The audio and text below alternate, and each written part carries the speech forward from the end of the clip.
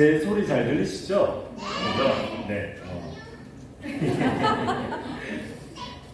저는 아이들이 저렇게 이야기하는 것이 너무 익숙합니다. 오히려 너무 조용한 어른들 예배드린 데 있으면 제가 주눅 들어요. 근데 이렇게 아이들과 이렇게 소통하는 예배의 즐거움은 언제나 행복한 것 같습니다.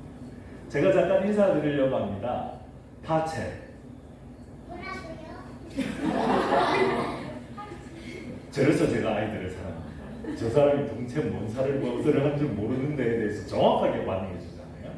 갑자기 앞에서 설교한다고 하고 인사하겠다고 했는데 갑자기 파체를 차고 있어요. 벌써 배가 고프신가 봐요. 그죠? 그게 아니라 몰도바에서는 파체라는 인사말이요, 평화라는 뜻입니다. 제가 살겠던 유럽의 한 나라이고요.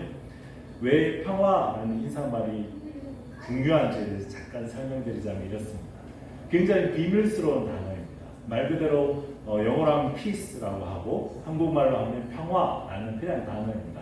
근데 여러분 한번 생각해 보세요. 동네에서 갑자기 지나가는 한 사람이 손을 들고 평화, 생뚱맞겠죠. 그죠? 어색한 일이죠. 근데 실제로 그 몰도바에서도 마찬가지입니다. 지나가는 파체 이야기하면 이런 표정으로, 방금 여러분들이 당황하셨던 그 표정으로 저를 쳐다봅니다. 그런데 이 파체라는 단어는 예수 그리스도를 믿는 기독교인들 사이에서는 하나님의 평안이 당신과 함께 하시기를 원합니다 라는 굉장히 비밀스러운 인사말입니다. 반갑죠?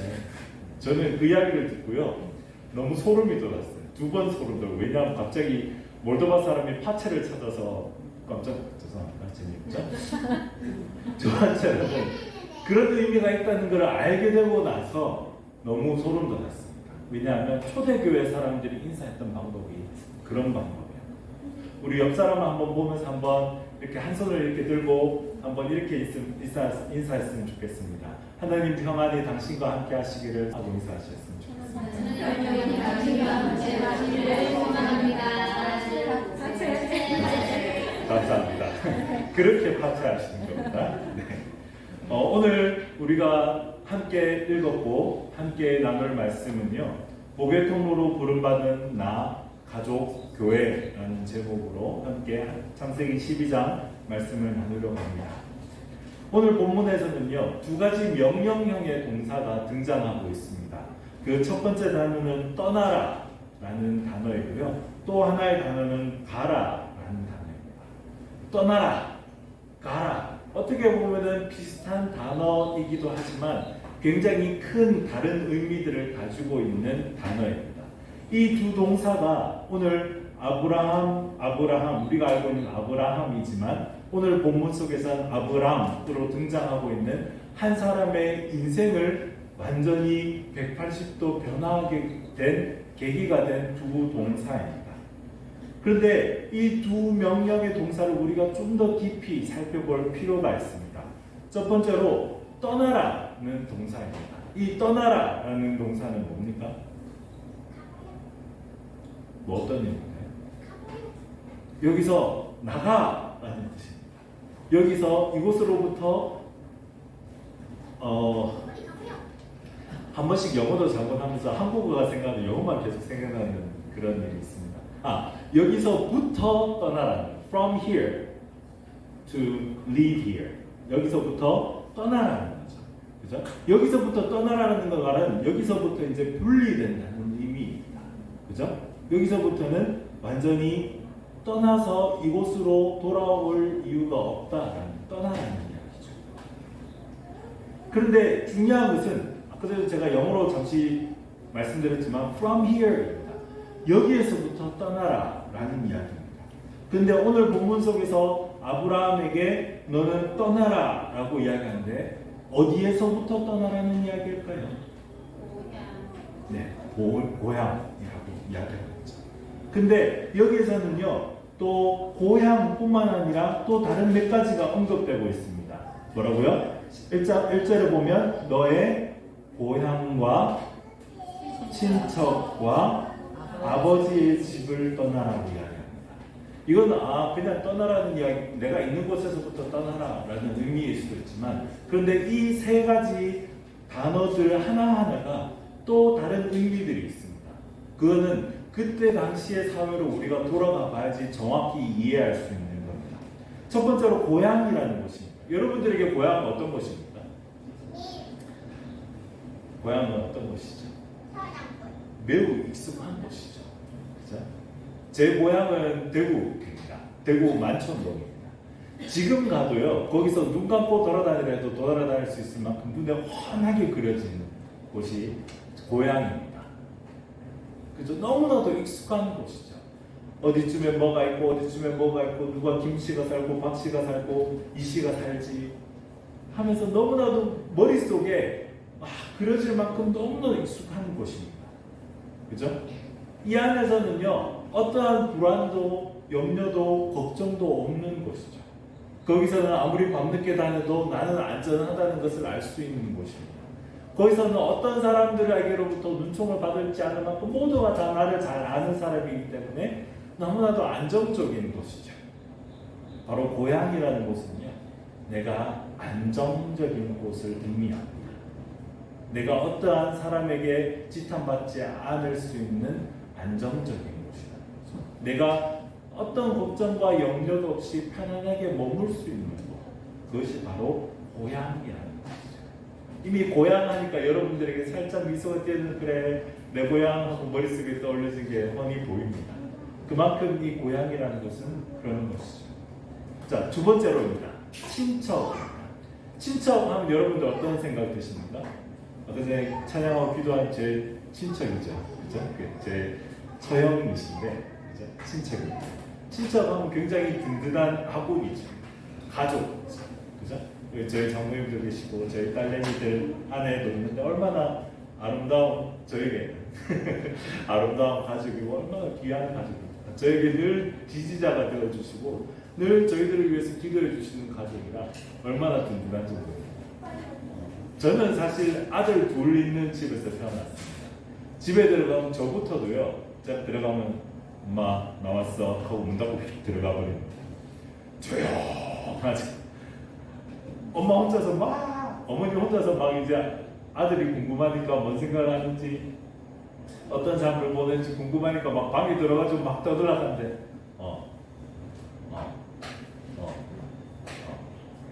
엄마 내 바쁘니까 나가. 조용한 곳입니다. 그런데요, 제가 처가집 와서 제일 놀랄 건데요, 너무 좋아요. 그게 아니라 너무 시끄럽다는 말이 시끄러운 게 아니라 여기저기서 막 처형들이 너무 많으니까 막 서로 이제 자기 삶의 어떤 이야기들, 가족의 이야기들 막 나누는데, 처음에 제가 너무 당황했어요. 제가 워낙 이렇게 좀 조용하고 이렇게 얌전하게 그렇게 안 보이실지 모르겠지만, 그렇게 살아오다 보니까 막 이렇게 시끄러운 것이 굉장히 어색했어요. 근데 이제는 처갓집에 가는데 너무 조용하면 어색해요. 누군가 옆에서 막 떠들어줘야 될 것 같고, 누군가 옆에서 뭔가 이야기를 나눠줘야 될 것 같고, 안 되니까 막 제가 막 이야기하기 시작하고, 그만큼 저에게는 너무나도 귀한 것이고, 너무나도 격려받는 것이고, 안정적인 것이죠. 그런데 이때 당시에는요, 이렇게 저도 든든했지만, 이때 당시에 친척들은요, 다 한 가족이 모여 살았습니다. 소위 이야기는 시족사회라고 하는 거죠. 가족이 다 같이 모여서 살아서 무리를 이루고, 민족을 이루고, 서로가 군사들이 되어줍니다.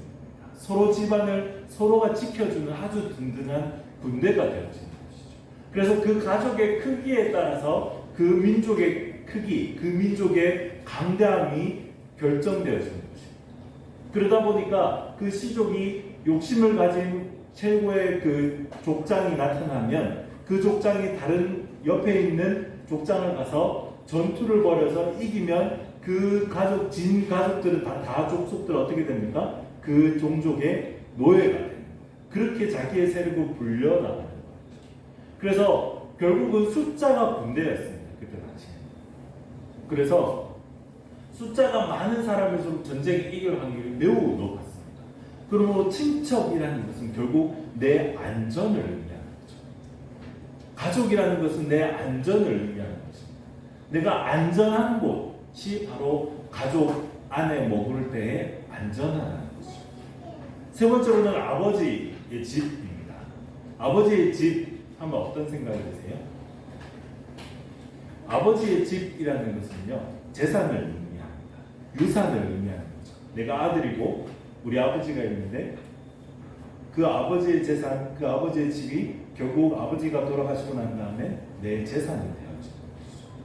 결국에는 아버지의 풍요가 내 풍요가 되어지는 것을 의미합니다. 그때 당시에는 더 그러했습니다.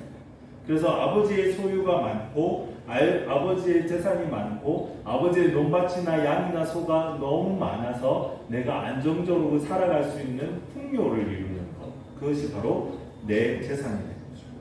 그런데 봅시다. 자, 아브라함은 지금 이곳으로부터 떠나라라는 이야기를 받았습니다. 어디서부터요? 고향으로부터, 친척으로부터, 아버지의 집으로부터. 이게 뭘 의미한다고요? 나의 고향은 뭘 의미한다고요? 안정을 의미한다. 내가 안정적인 곳으로부터 떠나라는 이야기는 불안정한 곳으로 가라. 내가 안전한 곳으로부터 떠나라는 이야기는 안전하지 못한 곳으로 떠나라는 이야기. 그죠? 내 재산이 있는 곳, 내가 물려받게 될 재산이 있고 내 풍요를 이야기하는 곳으로부터 떠나라는 이야기는 내가 풍요하지 않은 곳으로, 가난한 곳으로 가라는 거죠. 자, 이제 큰일 났습니다. 저를 오늘 괜히 설교자로 세워서 갑자기 안정적인 곳, 안전한 곳, 풍요한 곳을 다 떠나가지고 불안정하고 안전하지 못하고 가난한 곳으로 가라 합니다. 아, 저분 선교사였지, 내가 깜빡했구나. 여러분 나를 다 선교사로 보내고 여기 교회는 누가 지키지라고 생각하신다면 오산입니다. 안 그러셔야 됩니다. 불안하지 않으셔야 됩니다. 떠나라는 것은요, 말씀드린 대로 안전하지 않은 곳으로, 안정적이지 않은 곳으로, 안전 못한 곳으로, 풍요하지 못한 곳으로 떠나라는 의미이긴 합니다. 요까지만 정리해놓고 다시 다른 동사를 살펴본 다음에 왜 그것이 어떤 의미인지를 한번 다시 살펴보도록 하겠습니다. 두 번째 동사로 제가 말씀드린 것은 가라라는 거죠. 가라라는 의미는 예서야, 저도 당황했죠? 지금 가려고 자세 잡고 있습니다. 어디론가 여기서부터 저리로 가라는 이야기죠. 이동하라는 뜻입니다. 그게 가라라는 의미죠. 그런데 가라라는 말도 똑같습니다. From here 라고 이야기했죠.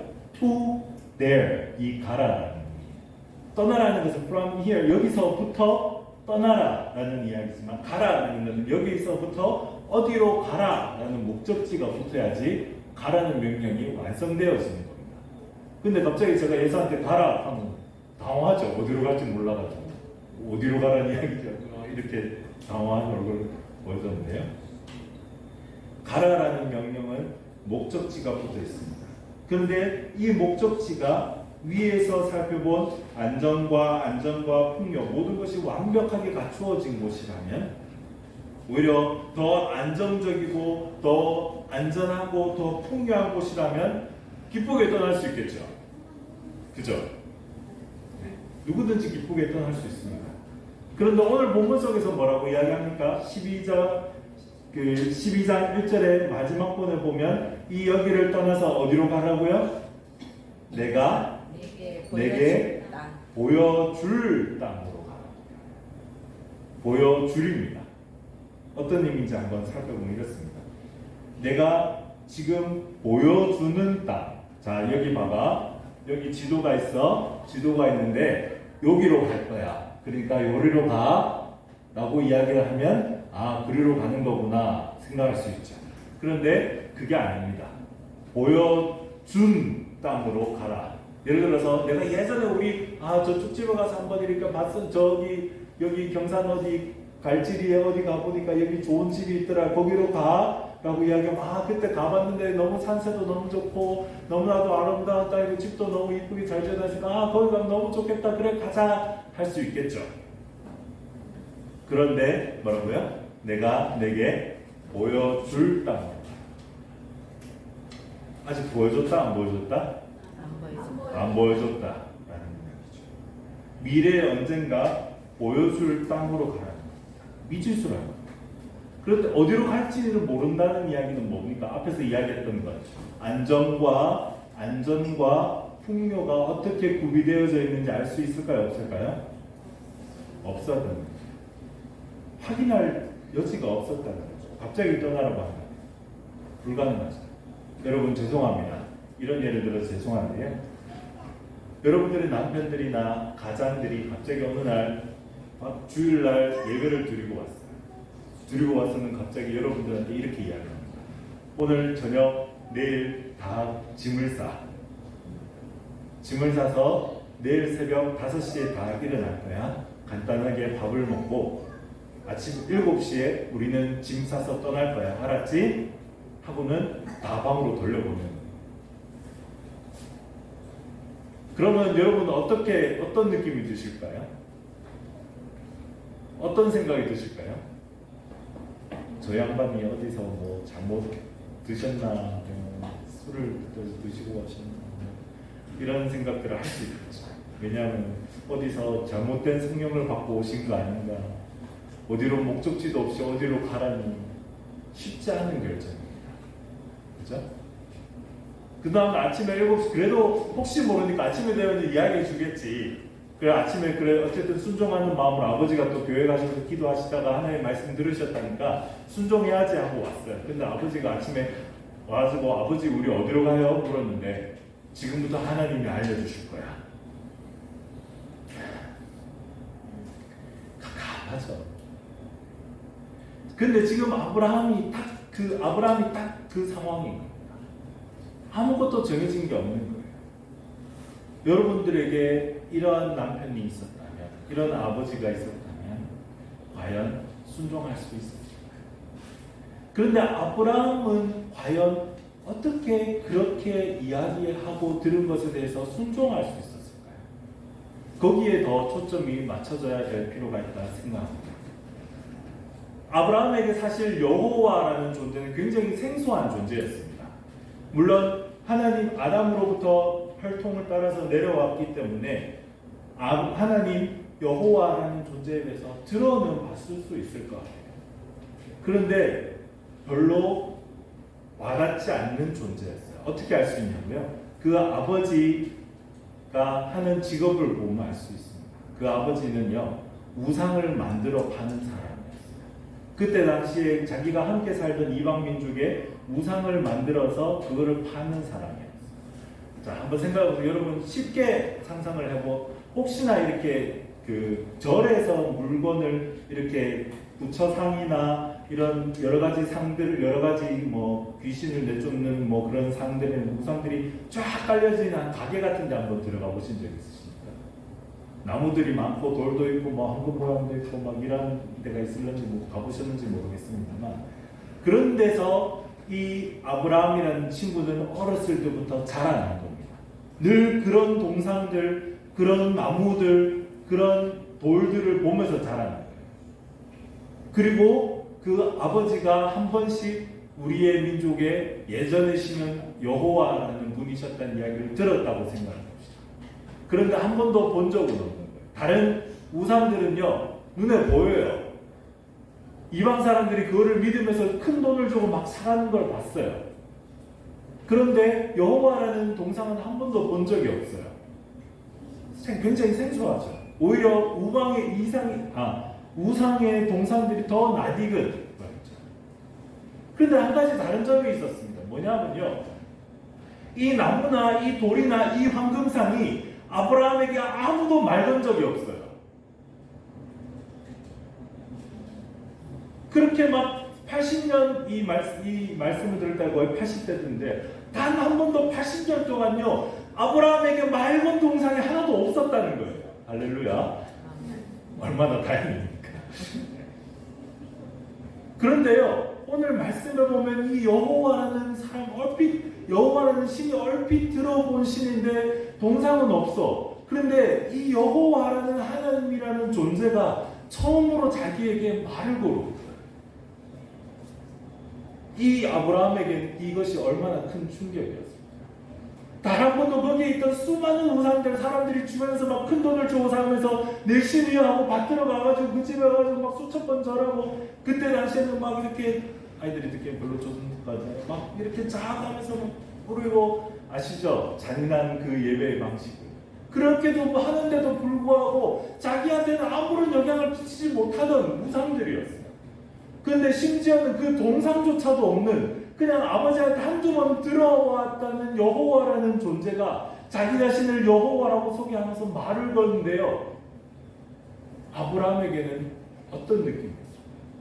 당황스럽고 놀라웠고 이게 뭐지? 라는 생각이 들었습니다. 그런데 여러분, 만약 하나님의 음성을 듣는다는 것이 여러분들한테 어떠한 느낌입니까? 제가 얼굴은 그래서 잘나지는 못했지만 목소리 좋다는 이야기는 어디서 잘 들었거든요. 그래서 이렇게 어릴 때 주일학교 때도 이렇게 하나님 음성은 제가 도맡아 했었어요. 아브라함아, 아브라함아, 이런 음성으로 훨씬 더 좋았겠죠? 더 좋았겠죠. 지금 저 첫째 딸이 와가지고 그래서 네. 아주 듣기에 너무나도 중후하면서도 아름다워서 너무나도 능력이 있는 것 같고 그 말 속에 이야기했던 안전과 풍요가 있는 것 같은 그 말에 순종하면은 내가 세상에 그 무엇보다도 값진 것, 이 세상에 줄 수 없는 그런 값진 것을 줄 수 있을 것 같은 그런 신뢰가 가는 그 목소리, 그런 목소리가 들려옵니다. 그렇다면 그 목소리를 한번 순종해볼, 따라할 만큼의 확신과 믿음이 생겼지 않았을까요? 거기에 포인트가 말씀드렸던 대로 미지수로 떠나라는 거였어요. 목적지도 가라고 이야기하는데 어디로 갈지조차도 알려주지 않았어요. 그런데 무엇보다도 아브라함에게 안정을 줄 수 있을 것 같고, 아니 안정을 주어 안전을 책임져 주실 것 같은 목소리, 아니 안전을 책임지는 목소리, 그리고 가난이 아닌 누구보다도 풍요를 우리에게 채워줄 수 있는 것 같은이 아닌 주는 목소리가 아브라함의 귀를 흔들어 봅니다. 그 영혼을 흔들어 봅니다. 그 확신과 믿음이 있었기 때문에 아브라함은 그 모든 것을 다 제쳐두고 거기서로부터 떠나서 어디로 갈지 모르지만 그 목소리를 쫓아 결단하고 순종하며 떠날 수 있었던 것. 익숙한 평안을 주는 고향으로부터, 안전하게 보이던 친척들의 군사력으로부터, 앞으로 수십 년은 일하지 않아도 보장된 자신들의 든든한 수입원으로부터 떠나갈 수 있었던 것은 그에게 주신 하나님의 확신, 우리가 다시 우리의 말로 바꾸면 믿음을 하나님께서 우리의 그 아브라함의 마음에 주셨기 때문에 그 순종이 가능했던 거예요. 우리는 아브라함이라고 하면 믿음의 아비라고 표현합니다. 그 믿음이 놀랍습니다 라고 이야기합니다만 실제로 아브라함의 믿음이 중요한 것이 아니라 그 믿음을 주신 여호와 하나님이 중요합니다. 여호와 하나님이 그 믿음을 주셨기 때문에 아브라함이 그렇게 살 수 있었다는 거예요. 그런 순종을 할 수 있고 그런 떠남과 그런 가라 하는 그 말씀을 순종할 수 있었던 거예요. 그것이 바로 여호와 하나님이시라는 거예요. 그것을 어떻게 확신하냐고요? 왜 아브라함의 믿음이 좋았을 수도 있죠. 아닙니다. 창세기에 그 뒤로 나타나는 아브라함의 여정들을 보면 놀랍습니다. 어떻게 인간이 이렇게 완악하고 연약하고 흔들리고 할 수 있어. 내 같으면 하나님의 음성을 들었으면 절대 하지 못할 일들이, 여러분들도 그렇게 생각할 법한 일들이 그 뒤에 이루어집니다. 자기 마누라를 팔아먹습니다. 안정하려고, 안정을 누리려고, 풍요를 누리기 위해서. 실제로 안정과 풍요를 누렸어요. 그렇게 자기 마누라를 팔아먹고요. 죄송합니다. 실제로 있었던 이야기예요. 그리고 하나님을 매번마다 하나님이 그 확신을 주기 위해서 몇 번이나 아브라함 앞에 등장했을까요? 성경에 나타난 것만 많아서 헤아릴 수 없을 만큼 성경에 나타나지 않은 것까지 포함하면 훨씬 더 많겠죠. 그런데도 계속 흔들리는 장면을 보여줍니다. 그게 인간이에요. 그런데 중요한 것은 뭐라고요? 그런 믿음과 확신을 주시는 하나님이 여호와가 중요하다는 거예요. 여호와 하나님은요, 아브라함의 믿음 없는 행동들, 확신이 없는 그런 흔들리는 모습들, 그것에 좌지우지되지 않았습니다. 하나님은 아브라함을 통해서 하시겠다는 일들을 끝까지 지키시고 그대로 밀어붙이시는 하나님이셨어요. 하나님은 그분의 뜻을 따라서 일하시는 분이시라는 겁니다. 그리고 마침내 아브라함과 그의 후손들을 통해서 하나님의 계획을 드러내시고 그분의 최종적인 목표가 무엇인지 드러납니다. 어디서요? 여러분들이 들고 있는 이 성경 속에서. 성경에 아브라함이 끊임없이 콜링을 반복시켜 주신 이유가 있습니다. 그리고 아브라함이라는 이름이 계속해서 신약 성경에서도 반복되어지는 데에 이유가 있습니다. 아브라함 믿음이 대단해서요? 아니라고 제가 누차 강조하고 있죠. 여호와 하나님께서 아브라함과 그의 혈통들을 통해서 하시고자 하시는 일을 결단하셨기 때문에 그 일이 지금 현재 우리에게까지 이루어지고 있는 것입니다. 하나님께서 아브라함을 선택하셨습니다. 하나님께서 그를 통해 일하시겠다고 확정하셨어요. 약속하셨어요. 하나님께서 그와 그의 후손을 통해서 그렇게 하겠다고 말씀하셨어요. 안정의 최고라고 느낄 하나님의 평안이 그들 가운데 부어졌습니다. 안전이 완벽하게 보장되어질 것이라고 그들에게 확정하였고 그의 나라를 확장시켜 나가셨습니다. 그리고 그 풍요함을 성경 속에서 드러나는 하나님께서 주시는 풍요는 놀라운 것이었죠. 그리고 그것의 가장 정점은 어디에 있습니까? 결국 우리 모두가 예수 그리스도를 믿는 모든 자들에게 주어질 하나님의 나라, 세상 가운데 가장 안전한 곳이 어딜까요? 하나님 나라입니다. 가장 안전할 곳이 어딜까요? 천국입니다. 그리고 가장 풍요로운 곳이 어딜까요? 하나님 나라입니다. 그것을 하나님께서 우리에게 주시겠다 약속하십니다. 그래서 우리는 우리 스스로를 누구라고 이야기합니까? 영적인 아브라함의 자손이라고. 하나님께서 아브라함을 주시겠다는 그곳을 주시는 거예요. 예수 그리스도를 믿는 모든 자들에게. 하나님의 목적은요, 바로 인간과 영원한 사랑, 영원한 평안, 그런 관계를 통해서 완전하게 안전과 풍요를 누릴 수 있는 땅으로의 초대, 그것이 하나님의 목적입니다. 우리는 이 천국에 가기 위해서 또 이 천국이 이 땅 가운데 임하는 때를 위해서 살아가야 할 목적이 있는 사람들이죠. 이 목적은 모든 그리스도인들에게 주어진 하나님의 약속입니다. 아브라함에게 주신 약속과 마찬가지로 한 사람의 그리스도인으로 부름받았다는 것, 한 사람의 한 가족으로 부름받았다는 것, 한 교회로 부름받았다는 것은 바로 이 목적을 향해서 함께 가야 할 하나님의 사람, 하나님의 약속을 이루어갈 사람으로 부르셨다는 것입니다. 이것이 우리의 삶의 목적이고 하나님께서 우리를 부르신 사명인 것이죠. 우리가 떠나야 할 것은 내 방식대로 추구하고자 하는 안전입니다. 내 방식대로 지키고자 하는 안전이에요. 내 방식대로 누리고자 하는 풍요로부터 떠나야 한다는 것입니다. 아브라함은 거기에 머물러 있었다면 아버지가 주시는 안정 속에, 아버지의 집 친척들이 주는 안전 속에, 아버지의 유산이 주는 풍요 속에서 살았을지 몰라요. 근데 그게 얼마나 갔을까요? 몰라요. 그렇게 안 해봐서 모르겠어요. 성경에 나타나서. 그러나 아브라함이 선택한 하나님이 주시는 안전과 풍요를 선택한 그 아브라함은 지금도 그의 영적인 후손들을 통해서 하나님의 약속이 이루어지고 있는 것을 우리가 보고 있잖아요. 할렐루야. 아멘.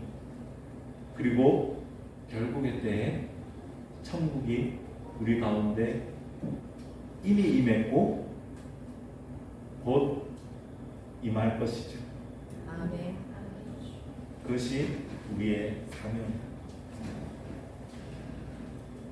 그를 위해서 내가, 자 여러분, 제가 저를 의미하기도 하지만 여러분을 의미하기도 하니까, 자 한번 손에 가슴을 얹고 내가 한번 따라해볼까요? 내가 우리 가족이 우리 교회가 됐습니다. 어디로 가야 할지를, 어디로 떠나야 할지를 결정해야 될 타이밍이 되었다. 어디로 가라는 것도 아니고요. 어디로 떠나라는 것은 여기 교회로 오지 마세요 이런 거 절대 아닙니다. 그럼 안 됩니다. 교회 열심히 오셔야 되고 함께 공동체를 이루어야 하고 함께 예수 그리스도를 쫓는 삶을 살아야 돼요. 그런데 내가 추구하던 안정과 풍요로부터 떠나서 하나님의 뜻이 머무는 안정과 풍요를 찾아 우리의 삶의 영성들을 이어가야 하는 것이죠. 그것이 어딘지는 하나님께서 여러분들에게 보여줄 것입니다. 아멘. 아브라함에게 하셨던 거죠. 그 목적을 향해, 그 사명을 향해 여러분들의 인생을 살아가시기를 소망합니다. 여러분들의 가정이 그 길을 향해서 살아가시기를 소망합니다.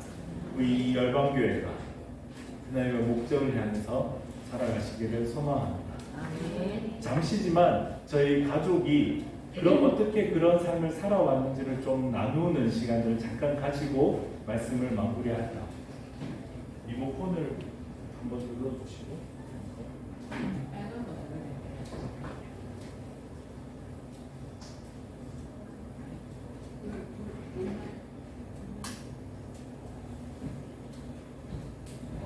오늘 설교했던 이 말씀은 사실 저희 가족이 정말 중요하게 생각하는 말씀입니다.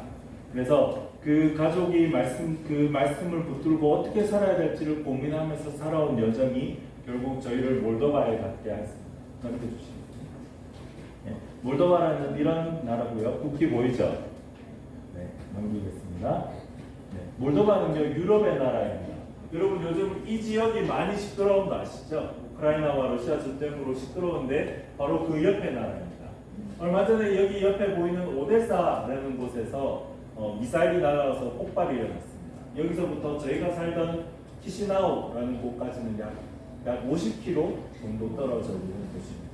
폭발음이 들렸다고 하는 친구들의 이야기도 들리더라고요. 그런 곳입니다. 실제로 나라의 크기는요, 우리나라 경상도 크기만한 곳입니다. 우리나라의 아주 작은 정도 되는 곳이고요. 다음 넘겨주시고요.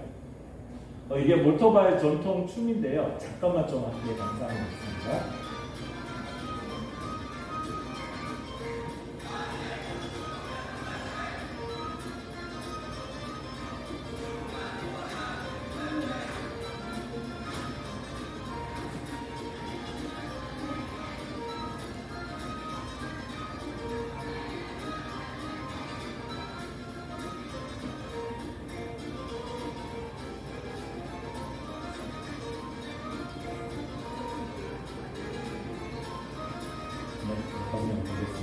다음 넘겨주시고요. 네, 저희가 몰도바에 가서 처음에 딱 갔을 때는 제가 처음 느낀 게 뭐냐 하면, 와, 선교사가 왜 힘든지 알겠더라고요. 갔더니요, 언어도 못해요. 뭐 어디 가면 뭘 있는지도 몰라요. 처음에 딱 도착한 그 다음날 제가 이제 먹고 살아야 되잖아요. 그래서 우리 팀원들이 이제 내가 먹을 수 있는 것들을 이렇게 사서 냉장고 속에 다 넣었는데, 넣는 걸 열어봤더니 다 빵, 치즈, 베이컨 이런 것들이에요. 그런데 한 번쯤 슈퍼에 가서 뭔가 사오는 걸 도전하고 싶더라고요. 그래서 아주 저희가 살던 그 키시나우에서 약간 변두리에 있는 곳에 우리 제가 살던 OM이라는 곳에, OM 몰도바라는 곳에 센터가 있어서 거기서 잠시 지냈는데, 거기서 동네 슈퍼를 딱 갔는데, 우리는 보통 슈퍼 가면은 물건을 골라서 돈을 지불해서 사오면 되잖아요. 그러니까 가장 먼저 가면은 무슨 말을 제일 먼저 배울까요? 어떤 나라 가면? 감사합니다를 먼저 배워요. 그죠? 감사합니다라는 말. 그래서 뭉쭈마스라고 하거든요. 물주 메스크라고 하는데 그거를 열심히 외워서 갔어요. 저의 사랑하는 저의 아주 애정 깊은 구글 번역 형님이라고 형님을 모시고 선교사의 아주 중요한 형님이거든요. 그 형님을 모시고 이렇게 딱 가서 왔는데 탁 들어갔는데 사람들이 줄을 딱 서 있는 거예요, 슈퍼에. 그럼 뭐지 하고 저도 줄 서 있는데 앞에 쓱 봤더니 자기들끼리 뭐 루마니아로 말로 막 하니까 사람들이 물건을 갖다 줍니다. 불사. 물건을 내가 고르는 게 아니라 슈퍼 사람한테 주인한테 이야기해서 가져오는 거네. 어떻게 해요? 아무것도 모르는데 그제서야 막 이제 구글 형님한테 막 찾기 시작합니다. 마늘이 뭐고 우유가 뭐고 물이 뭐고 버터가 뭐고 쌀이 뭐고 막 이렇게 찾기 시작. 그래가지고 제가 5가지를 샀어요. 쌀은 오레츠라고 하고 물은 아퍼라고 이야기하고 막 그런 단어들을 이제 보고 한국말 그대로 아퍼 이렇게 읽었어요. 오레즈 이렇게 읽었어요. 그랬더니 사람들이 신기하잖아요. 동양인들 보기 쉽지도 않은데 자기들 말로 이렇게 이상하게 발음하면서 그러니까 막 갑자기 다 주문하고 나니까 사람들이 무슨 코미디 한 편 보면 빵 터지면서 웃었는 거예요. 그래서 저도 막 멋지게 생각해서 와서 들고 와서 그 산 물건과 영수증을 탁 들으면서 처음 선교한 사역의 결과물입니다. 사진 찍어서 제 이렇게 SNS에 올렸어요. 얼마나 자랑스러운지. 선교에 가니까 완전 아기가 돼요. 슈퍼 가서 물건 살 줄 모르는. 그런데 하나님께서 어떤 마음을 주시냐 하면은 하나님이 내가 가진 것을 가지고 나누기를 원하신다는 생각을 하시잖아요. 하나님께서 내가 누리고 있는 복을 가지고 그 복을 흘려보내는 사람으로 살기 원하신다. 느꼈어요. 그 말씀, 아브라함의 말씀을 가지고. 그래서 제일 먼저 했던 게 우리가 할 수 있는 게 뭘까를 생각하면 우리가 정말 잘하는 게 뭘까요? 김밥 말고 국수 만듭니다. 그래서 오른쪽 편의 사진이요. 그 동네 예림이 예서의 친구 나가서 친구들을 사귀었어요. 그래서 그 친구들 다 데리고 와. 그래서 집에 와서 말아놓은 김밥과 국수를 대접하는 거예요. 아이들이요. 너무 신기하면서 얼마나 잘 먹는지. 그러면서 막 K-팝에 대해서 이야기하고 이제 그때 당시 엄청 유명해지기 시작한 K-팝에 대해서 이야기하고 한국에 대해서 이야기하고 애들이 막 신기해가지고 그런 장면. 왼쪽에도 예림이 예서가 학교에 가기 시작하면서 근데 그 학교에 한 친구의 아빠가 한국을 너무 좋아해요. 근데 제가 한국 사람이라는 걸 소문으로 들은 거예요. 갑자기 애들 데려다 주고 오는데 갑자기 한 남자가 막 달려오더니 네가 예린이 아빠냐고 묻는 거예요. 그래서 맞다 그랬더니 나 한국 좋아한다고 그거 서가지고 한 30분 내에 한국에 대해서 막 묻는 거예요. 그렇게 한 사람 친구를 처음 사귄 가족이 이 가족이에요. 그런데 유태인 가족이에요. 하나님을 믿지만 예수님에 대해서는 거부하는. 근데 신기하게도 이 가족은 예수님에 대해서 알고 있거든요. 그래서 안 되는 이 친구는 영어가 잘 안 되고 저는 루마니아어가 안 되니까 서로 안 되는 언어로 막 서로 주고받으면서 1시간을 예수님에 대해서 토론했어요. 그리고는 유대식 이제 교제법을 딱 함께 하면서 함께 하나님을 누리고 함께 예배하는 일들을 누릴 수 있었어요. 참 귀한 만남이었고 이들에게 복음을 전하였지만 이들도 거기에 대해서 동의하지만 결국은 영접하시는 않는 안타까운 가족으로 남았습니다. 그 다음에 제가 가지고 있는 것이 뭘까를 생각해 봤더니 한국인이라는 피더라고요. 이 사람들도 러시아의 지배를 오랫동안 받아왔었어요. 그렇기 때문에 공산 문화에 대해서 너무나도 잘 알고 있었고 거기다가 김정은에 대해서도 알죠. 제가 가장 많이 질문받았던 세 가지가 있었는데요. 한 가지는 모든 몰도바 사람들에게 혹시 김정은 아냐? 만나봤냐고 주는 거예요. 제가 어떻게 만나보겠어요. 나만 살아요. 그런데 북한에 대해서 너무 많이 물어보더라고요. 그래서 제가 아는 걸로 대답했어요. 그래서 제가 팀원들에게도 그런 질문들을 많이 받고 나중엔 팀원한테 우리가 그 선교를 동원하는 교회 미팅 같은 데 가면은 가서 북한에 대해서 나눠더라고요. 저는 그전에 북한에 대해서 잘 몰랐거든요. 그제서야 막 한국 사이트를 통해서 막 정보를 찾아가지고 나눴는데요. 사람들이 정말 신기해하면서 쳐다보는. 왜냐하면 외국 사람들이 검색해봤을 때 나오는 자료의 양과 한국 사람이 한국어로 검색해보는 자료의 양이 너무나도 극명히 차이나요. 그래서 사람들이 너무 신기해하면서 듣기 시작해요. 그래서 그런 말씀을 하고 또 제가 누리는 복 중에 하나가 제가 목회자라는 거죠. 그래서 목사로서 그 몰도바로 사역 선교하러 온 단기 팀들 앞에서 설교할 기회들이 종종 있었어요. 지금 이곳은 영국에서 온 다문화 다민족 교회였어요. 이 교회 안에 한 10대 개의 민족들이 같이 모여 있는 교회였는데 이 교회에서 몰도바에 단기 선교하고 그래서 제가 영어로 설교할 기회들이 있었어요. 다음 넘겨주시고요. 그리고 또 하나 한국인으로서 가지고 있는 게 뭘까 생각하고 있었는데 하루는 또 이제 북한을 소개하기 위해서 약간 촌으로 갈 수 있었어요. 근데 거기에 이제 청소년들이 한 200여 명 가까이가 모이는 모임이 있었어요. 거기에 선교에 대해서 나누러 갔다가 북한에 대해서 나오는데 딱 들어갔는데 이제 예배를 드리는 중간에 들어갔는데 사람들의 이목이 갑자기 집중되는 거예요. 그래서 새로운 도시에서 온 사람들이 그 이목이 집중되는구나 생각했는데 그게 아니더라고요. 동양인을 처음 본 거예요, 그 친구들이. 그래서 저한테 관심이 집중이 돼요. 그래서 제가 이렇게 그렇게 앉아 있었는데 갑자기 저한테 한두 친구가 오더니 막 뭐라고 묻는데 무슨 소리인지 모르니까 그래서 친구가 이제 대신 대답해주고 영어로 질문해주고 제가 대답해주고 막 이렇게 예배 시간 중간에 그런데 얘가 신기하면서 나중에 다시 가더니 이제 그 티슈랑 볼펜을 들고 왔는데 나한테 사인을 해달라는 거예요. 그래가지고 너무 재밌어가지고 이렇게 해줬더니 그 옆에 친구한테 가서 막 자랑하기 시작해요. 그 친구도 또 티슈 들고 또 온 거예요. 예배 중간에 방해하면 안 되잖아요. 그래서 내가 예배 끝나고 보자 하고 우리를 보냈어요. 그래 예배가 다 끝나고 모임이 다 끝났는데 모임 아멘 하고 기도 탁 끝났는데 갑자기 애들이 우 이러더니 100명이 제 옆으로 줄 쫙 서는 거예요. 와 내가 무슨 연예인 된 줄 알았네. 막 사인을 한 두세 사람 막 이렇게 해주기 전에 해주다가 가만히 생각해보면 내가 왜 이러고 있냐는 생각이 듭니다. 내가 연예인 유명인도 아니고. 그래서 냅킨에다가 한국어로 하나님은 당신을 사랑하십니다 써주기 시작했어요.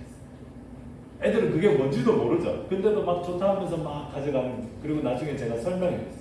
이게 한국어로 그 하나님이 당신을 사랑하십니다라는 뜻이라고 팀원한테 좀 이야기해달라고 그랬어요. 그렇게 이야기해주고 시작. 그게 제가 할 수 있는 일이 한국어 쓸 수 있잖아요. 근데 그게 사역이 되었어요. 어떻게 됐냐면요. 다음 보시면요. 저희가 어떤 어린이 행사에 초대를 받았어요. 그래서 그날 작정하고 한복을 입고 가서 한국어로 예수님의 애니메이션처럼 그려진 예수님의 엽서를 프린트아웃해서 거기 뒤에다가 그 말을 쓰고 그 친구들의 이름을 한국어로 써줬어요. 나중에 피드백 받았는데요. 저희 그 여러 가지 부스들이 있어요. 심지어는 그 부스 중에는 어린이들이요 오토바이를 타는 부스도 있었어요. 얼마나 재밌었겠어요. 그런데 누가 제일 인기 좋았을까요? 답정 너죠? 저희가 제일. 그리고 어떤 안 믿는 청소년 모임에 초대를 받아서 가서 또 거기서도 김밥 한 사람당 3개씩 나눠주면서 먹어보게 하고 김치도 먹어보게 하고 그죠? 그리고 한복 입고 써주고 사진 찍어주고 언어를 몰라도 그 누구도 할 수 있는 일이죠. 그걸 하는 거예요. 그런데 얼마나 인기 있었냐면요. 앞으로 잠깐 다시 넘어가 주시겠어요? 이 사진이요. 제가 딱 봐도 제가 찍은 사진이 아니죠. 제가 사인하고 있는 장면이죠. 저희가 2년 뒤에 페이스북에서 연관 검색어로 검색되어져서 제가 찾은 제 사진이에요. 제가 이렇게 유명합니다. 하나님께서 주신 복을 누리고 있는 한국이라는 복을 그대로 전달해 주기 그게 다릅니다. 다음으로 나눠주시겠습니다. 그리고 제게 주어진 것들을 가지고 나누기 시작하면서 이렇게 몰도바 전체를 아웃리치하면서 다니기 시작할 수 있습니다. 근데 그 다음 넘겨주시면요. 이 가족이 제일 생각이 나요. 어느 날 버스를 타고 아웃리치를 가는데 그 마을이 누가 어떤 사람들이 있는지를 몰라서 버스를 타고 다니다가 이 중간에 있는 아이를 만났어요. 근데 이 아이가 자기가 여기 지리를 잘한대요. 그래서 자기가 데리고 가주겠대요. 그래서 이 아이랑 거의 1시간 동안 봉고를 타고 다니면서 어디 가족 가면은 누가 관심 있을 것 같고 안내를 다 해줬어요. 근데 나중에 알고 봤더니 그 찾아갈 가족 중에 이 친구의 가족도 있는 거예요. 그래서 와 신기하다 하면서 그 가족이 갔는데 이 두 자매는요. 이 부모가 아주 어렸을 때부터 버림받아서 할머니하고 크고 있고, 이 부모는 유럽에 가서 일을 해서 돈을 보내주겠다고 약속했는데 지금은 완전히 이 가족을 잃어버리고 그 부부가 따로 또 이혼하고 각자 나라에서 각자 가족을 이루어서 각자 살아가는 완전히 깨어진 가족. 근데 몰도바에는 이런 가족을 너무 많이 볼 수 있어요. 그런데 이 오른쪽에 있는 아이가 이제는 거의 한 20대 가까이 되어 있는 언니인데, 이 친구가 스마트폰에서 성경을 찾은 거예요. 그래서 성경 이게 뭐지? 하고 읽기 시작합니다. 그런데 아무도 이 성경이 어떤 내용인지를 가르쳐 주는 사람이 없어요. 너무나도 궁금한 게 많이 쌓여져 있었던 거예요. 근데 우리를 만난 거예요. 그래서 안 그래도 자기가 성경에 대해서 너무 궁금한 게 많다는데 너무 소름이 돋았어요. 지금도 소름이 돋네요. 그래서 다시 성경 그 책을 나눠주고요. 그리고 그 지역에 있는 교회 목사님을 소개시켜줘서 이 목사님과 제자훈련 했으면 좋겠다고 연결시켜줬어요. 지금 어떻게 되는지는 안 들어서 잘 모르겠지만 아마도 그 교회에 귀한 하나님의 사람으로 쓰임받고 계시지 않을까 믿어 의심치 않습니다. 하나님은 이렇게 저희를 인도하신다. 그리고 저희가 어느 교회를 가서 섬길까를 고민하다가 갔던 교회가 바둘루이보다라는 지역에 있는 한 작은 개척 교회였어요. 다음을 눌러주시면 영상이 나옵니다. 몰도바에서는요, 교회를 건축을 하면 어느 정도로 이렇게 외골격만 갖춰지면 거기에 들어가서 예배를 드립니다. 보시다시피 나무로 다 골격이 이루어졌죠. 그래서 거기서 예배를 드리기 시작한 것인데요. 사실 이 교회는 그 옆에 있는 여기 한 3분의 1만한 곳에서 예배를 처음으로 드리기 시작했어요. 근데 단 3년 만에 교회가 너무 가득 차가지고 더 이상 예배를 드릴 수 없을 만큼 성도들이 모이기 시작했고, 그래서 이제 여기저기서 후원을 받아서 교회를 짓기 시작합니다. 근데 그 교회에 자라나는 모습이 너무나도 아름다워서 이 교회를 섬기기로 결정하였고, 우리가 할 수 있는 일들이 뭐가 없을까를 고민하는 가운데 갑자기 한국에서 저희 후원자 중에 한 분이 전화가 오신 거예요. 카카오톡으로 전화 와서 선교사님께 저희가 후원해드리고자 매달마다 10의 1조씩을 더 떼어서 모으기 시작했고, 그 금액이 어느 정도까지 이르러서 전화드렸다고. 그래서 그 금액을 교회가 세워진 일들을 위해서 쓰였으면 좋겠다고 이야기합니다. 이 교회를 가서 섬기게 된 지 얼마 지났었어요. 너무나도 하나님이 우리를 이렇게 복외통로로 쓰기 원하셨구나 하는 생각이 들더라고요. 그래서 그 돈을 이 교회로 다 드렸어요. 그런데 더 놀라운 것은 뭔지 아십니까? 여전히 부족하고 빚도 많아서 이 교회를 다 채우지 못했는데도 그들이 또 다른 꿈이 있었어요. 앞으로 좀 넘겨주시겠어요? 네. 여기가 보이시는 공터죠. 이 옆에 마을에는 교회가 없는 거예요. 그래서 이미 이 교회가 아직 자신들의 교회도 완성되어지지 않았음에도 이웃의 교회가 없는 것을 보면 안타까워하면서 교회를 세워야 되겠다고 결정합니다. 그래서 이 땅을 산 거예요. 그런데 이 땅을 샀는데 이 땅의 지사가, 그러니까 우리나라로 하면은 이제 군수가 교회를 짓는 것을 허락해 주지 않는 거예요. 그래서 이야기하는 것이 뭐냐면 여기다가 양로원을 지어주기로 한 거예요. 그래서 양로원을 짓고 주일날은 아무도 쓰지 않으니까 그곳에서 예배드리기로 결정합니다. 그건 너희 마음대로 해, 자유롭게 해 라고 허락하지 않아요. 그래서 그 이야기를 듣고서는 우리가 이만큼 후원을 하겠습니다라는 이야기를 듣고서는 절반 가까이는 자기들의 교회를 세우는 일들을 위해서 쓰겠다. 그리고 절반 가까이는 이곳에 건물을 세우는 데에 마중물 후원금으로 사용하겠다라고 이야기했어요. 아직까지 여기는 교회가 이제 세워지는 과정 속에 있다고 제가 전해들었어요. 재정이 채워지면 얼추만큼 세우고, 채워지면 세우고, 채워지면 세우고 하는 게 그 나라 문화거든요. 그래서 세워지고 있다 이야기가 들었는데 얼마나 감사하고, 저 교회는 지금 저쪽 오른쪽에 보이시는 여기가 어느 정도 세워진 교회고, 지금은 완벽하게 저희가 세워진 것을 보고 나왔습니다. 지금 요 그림이 저희가 마지막에 나오기 바로 전에 찍은 사진인데요. 보시다시피 다는 아니지만 다 어느 정도 이상 다 지어졌고, 지금은 저기가 선교사를 위한 선교사들이 아웃리치를 왔을 때 머물 수 있는 공간까지 확보하는 아주 아름다운 공간이 되었다고 전해 들었습니다. 다음 또 넘어 두 번. 네. 오늘 말씀 속에 12장 4절을 보면 이렇게 되어 있습니다. 너를 축복하는 자에게는 3절을 보면 너를 어떻게 되어 있냐면 너를 축복하는 자에게 내가 복을 내리고 너를 저주하는 자에게 내가 저주하리니 뭐라고요? 뭐뭐지 너로 말미암아 복을 얻을 것이라. 뭐뭐시라? 땅의 모든 족속. 아브라함에게 하나님께서 계획하신 바는 이것이었다. 아브라함 한 가족이 안정과 풍요를 누리는 것에서 끝나는 것이 아니라 너로 인하여 복의 모든 땅의 모든 족속이 복을 누리게 하는 것이 사명이라는 것입니다. 다음.